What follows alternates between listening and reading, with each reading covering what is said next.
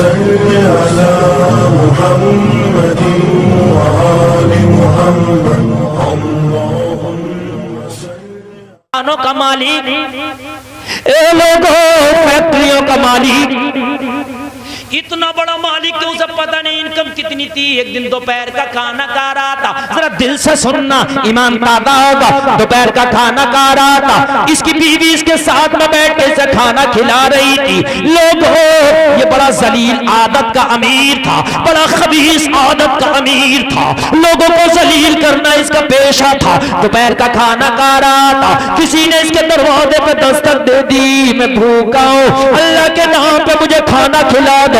دستک دینے والے نے دستک دی. جیسے ہی دستک دی اے لوگوں یہ خاموشی سے کھاتا رہا. اس غریب کی فریاد کو نہیں سنا. وہ بار بار پکارتا رہا میں بھوکا ہوں, اللہ کے نام پہ کچھ کھانا کھلا دے. لیکن یہ کھانا کھانے میں مشغول رہا, اس کی فریاد کو نہیں سنا. بیوی نیک تھی, پرہیزگار تھی, اس سے اس کا سوال سنا نہ گیا. اپنے شوہر کو کھانا دے کے اپنے کچن سے تھوڑا سا کھانا لیا, دروازے پہ کھانا دینے چلی گئی. اس غریب کو کھانا دیا, اس بھوکے کو کھانا دیا. مگر اس کی حرکتیں بڑی ذلیل تھی. اس نے بیوی کو دروازے پہ جاتا دیکھا, غصے میں لال ہو گیا, اپنا کھانا چھوڑا اور چھوڑنے کے بعد دروازے پہ پہنچا. اپنی بیوی کا ہاتھ کھینچ کے پیچھے کو کیا, اپنی بیوی کو ڈانٹ لگایا, اپنی بیوی کو پھٹکار لگایا اور اس سائل کو گالیاں بکنا شروع کر دی.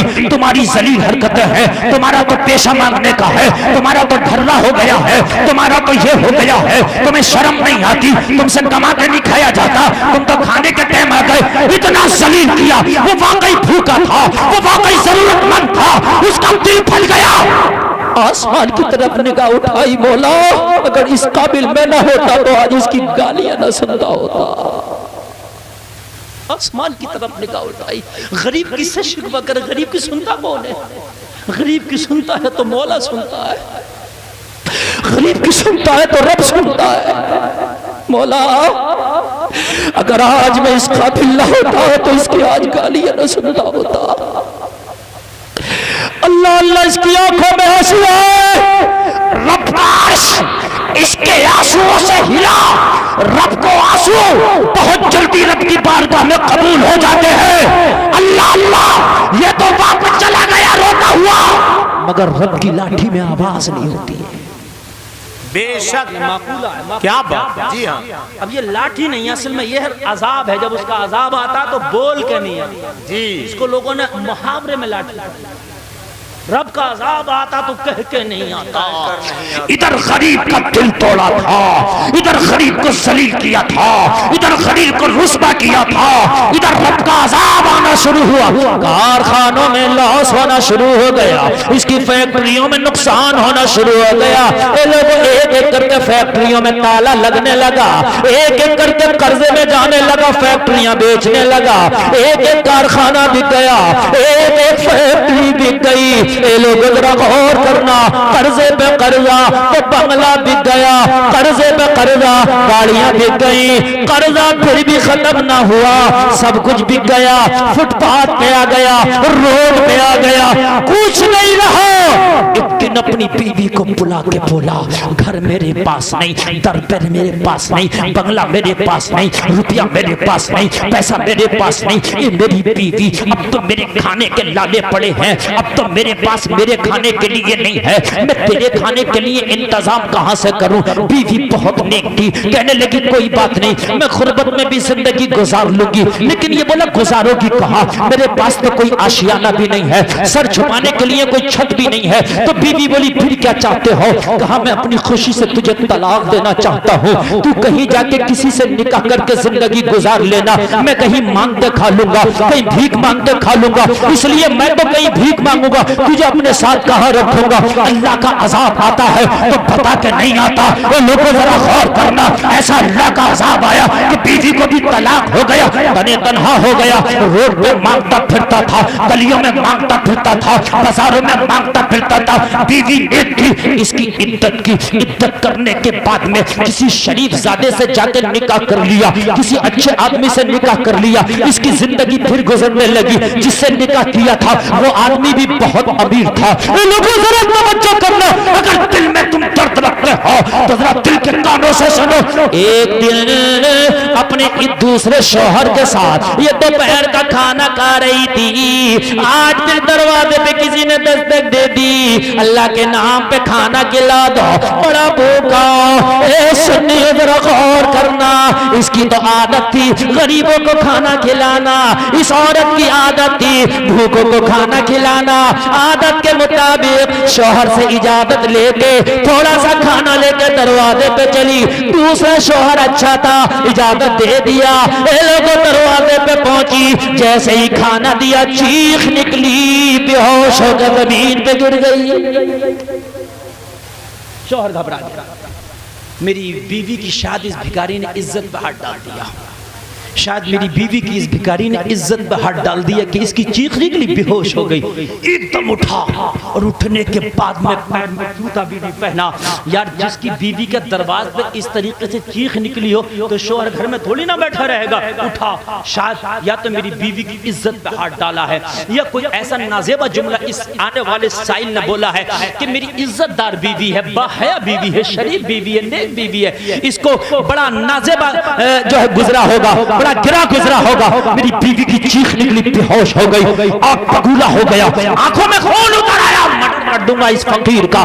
پہنچا دروازے پر تو دیکھا بیوی بے ہوش پڑی ہے زمین پر، فقیر تھر تھر کانپ رہا، سائل تھر تھر کانپ رہا، اس لیے کہ خطا سائل کی بھی نہیں تھی۔ اللہ اللہ، یہ بولا وجہ کیا ہے؟ سائل بولا قسم کھاتا میں نے تمہاری بیوی کو کوئی جملہ نہیں بولا، میں نے ان کو ٹچ تک نہیں کیا، انہوں نے جیسے ہی مجھے دیکھا چیخ مار کے بے ہوش ہو گئی۔ بولا جب تک جانے نہیں دوں گا، جب تک میری بیوی کو ہوش نہ آ جائے، بیان بیوی دے گی، جب سچائی ہوگی، تیرے بیان سے مطمئن نہیں ہو، میری بیوی کو ہوش میں آنے دے، بعد میں جانے دوں گا۔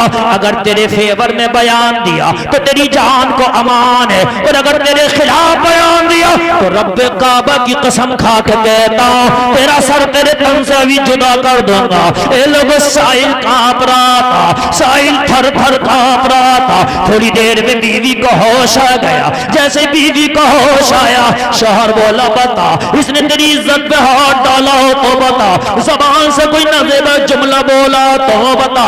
اے لوگوں بیوی کہہ رہی تھی اللہ کے لیے اسے بخش دو، اس کی کوئی خطا نہیں ہے، اس نے نہ کوئی جملہ غلط بولا ہے، اس نے نہ کوئی میری عزت پہ ہاتھ ڈالا، تو کہ میری شریک حیات یہ تو بتا تیری عزت پہ ہاتھ نہیں ڈالا، کوئی جملہ تجھے غلط نہیں بولا، تو پھر تو بے ہوش ہو کے زمین پہ کیوں گر پڑی؟ پھر تجھے ہوش خطا تیرے ہوش خطا کیوں کر گئے؟ پھر تو کیوں ایسے بے ہوش پڑی ہے؟ کہنے لگی اگر جو بات مجھے پتا ہے وہ تجھے پتا چل گئی تو تیرے بھی پیروں کے نیچے سے زمین سڑک جائے گی۔ میں بے ہوش ہونے کا کارن کیا ہے، بے ہوش ہونے کی وجہ کیا ہے، کہا تجھے بتانا ہوگا ورنہ میرا دل کو قرار نہیں آئے گا، میرا دل پریشان ہے۔ بیوی نے کہا اگر سن نہیں چاہتا ہے تو پھر آنکھیں کھول لے، اور آنکھیں کھول کے اچھے سے کھڑا ہو جا اور کان کھول کے سن، میں بے ہوش کس لیے ہوئی ہوں؟ جب میں اسے کھانا دینے کے لیے آئی ہوں، اور جب میں نے اس کے ہاتھ میں کھانا تھمایا ہے،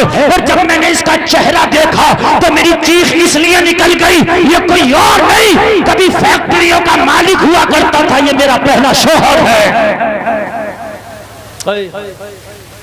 جو کبھی کارخانوں کا مالک ہوا کرتا تھا، جو کبھی فیکٹریوں کا مالک ہوا کرتا تھا، جو کبھی بڑے بزنس مینوں میں جس کا نام آیا کرتا تھا، وہ میرا شوہر ہے، جس نے مجھے طلاق دے دی۔